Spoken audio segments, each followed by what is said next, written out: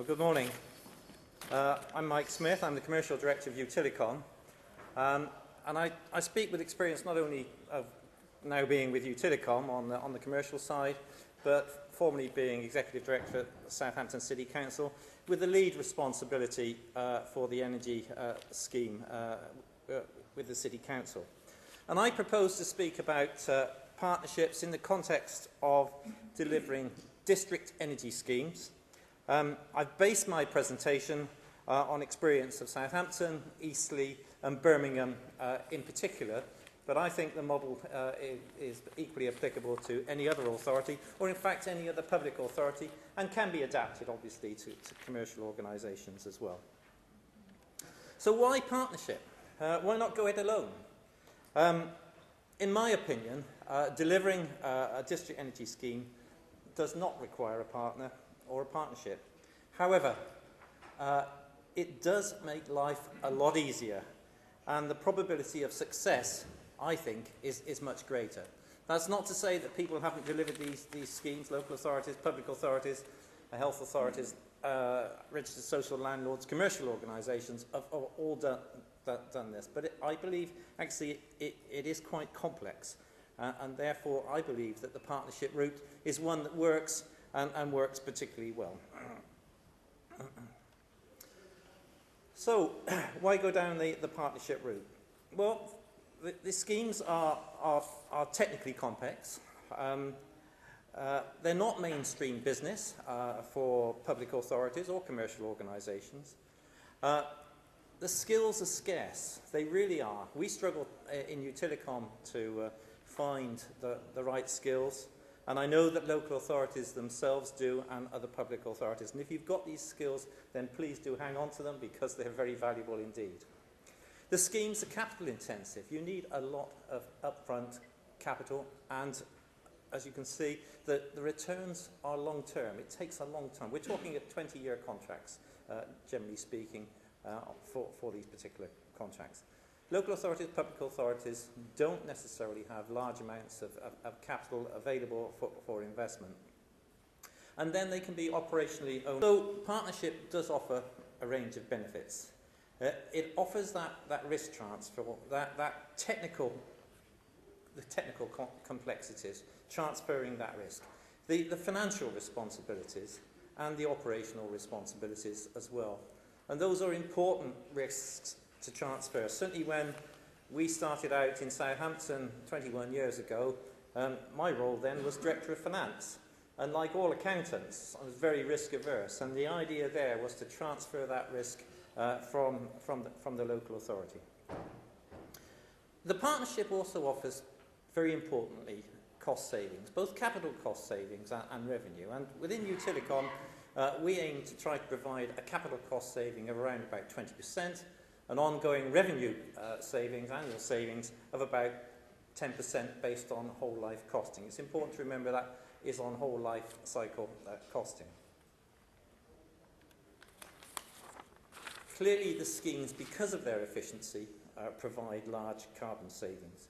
Southampton is in the region of 12,000 tonnes a year now, and the first phase of Birmingham, which started last year, was immediately providing 2,800 tonnes. Birmingham's aspiration is to be providing 20,000 tonnes of CO2 saving a year. The partnership also offers rapid delivery, and I think that's important, and I think we probably all know of schemes which have really got bogged down either in the planning process or in the technical process. Very fast delivery. Eastleigh and Birmingham were good examples. The Birmingham contract, if I can use that one as an example, that was signed on the 6th of December 2006. And the engine was installed and running by the following March. By October 2007, the Birmingham Broad Street scheme was fully operational. Now that's fast to get these schemes. I mentioned earlier I'd use Southampton, Birmingham and Eastleigh schemes as examples. I think that model is superb public-private sector partnership. It offers all the benefits which I've just gone through, and it also offers joint cooperation. And I'll just briefly run through what I mean by joint cooperation. The agreement, as the name suggests, commits both parties to work together to develop new connections and to maintain the existing ones. And it's also a means of resolving problems and promoting the scheme. And in Southampton, the joint cooperation approach has taken the scheme from one consumer in 1987. Gavin mentioned 60 this morning. I think he's thinking of all the smaller ones as well. But we're looking at 42 major customers in 2008. And by a customer, I mean the whole of the West Quay Shopping Centre, the Royal Southampton Hospital, Southampton Solent University, and people of that particular nature. There's a joint cooperation team, meets quarterly. It comprises key personnel from the Council and Utilicom, and in Southampton that's chaired by an executive director. In Eastleigh it's chaired by an assistant chief executive, and in Birmingham it's chaired by Steve Vickers, who's the head of urban design. Similar principles, and they all work very well. The other things which are self-evident, but it's openness and trust. We work on an open book accounting system. We will show any of our partners our spreadsheets, and over time you clearly develop that trust.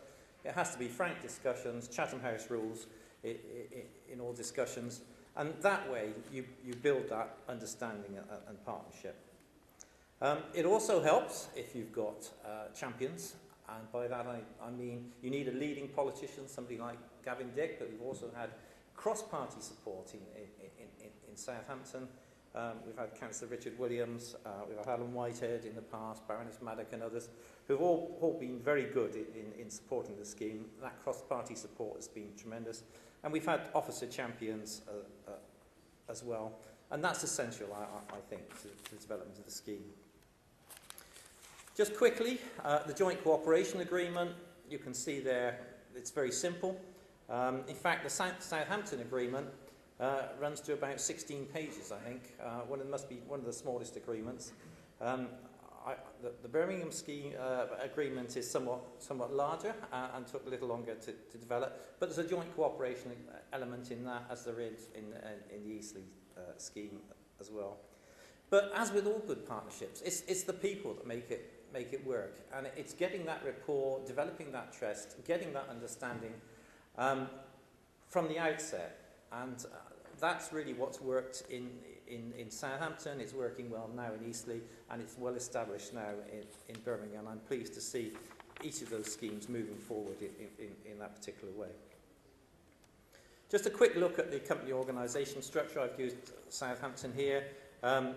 It's just to show that really Southampton Geothermal Heating Company is the single-purpose vehicle which was formed to take it forward. And generally speaking, we create those companies where we've got major schemes. So we have one in Birmingham, which is the Birmingham District Energy Company, and others elsewhere as well. And the cooperation agreement embodies all the points which I've just described, and it does mean that you can get that risk transfer. This is the joint vision, and it is a joint vision between Southampton City Council and Utilicom.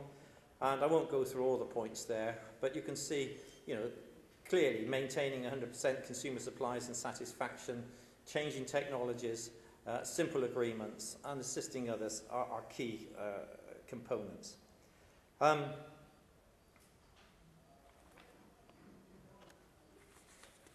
To conclude, I really would commend the partnership approach to you to developing district energy schemes. Certainly I've seen it from both sides of the fence. I think it works well. I think it works well particularly for public authorities, but it works well for those commercial organisations as well. I think the model that I've just described enables a risk-free, rapid scheme delivery with excellent financial and carbon savings. So if you're thinking of moving down this route, my suggestion to you is to take the partnership route. I think you'll sleep more soundly at night. Thank you.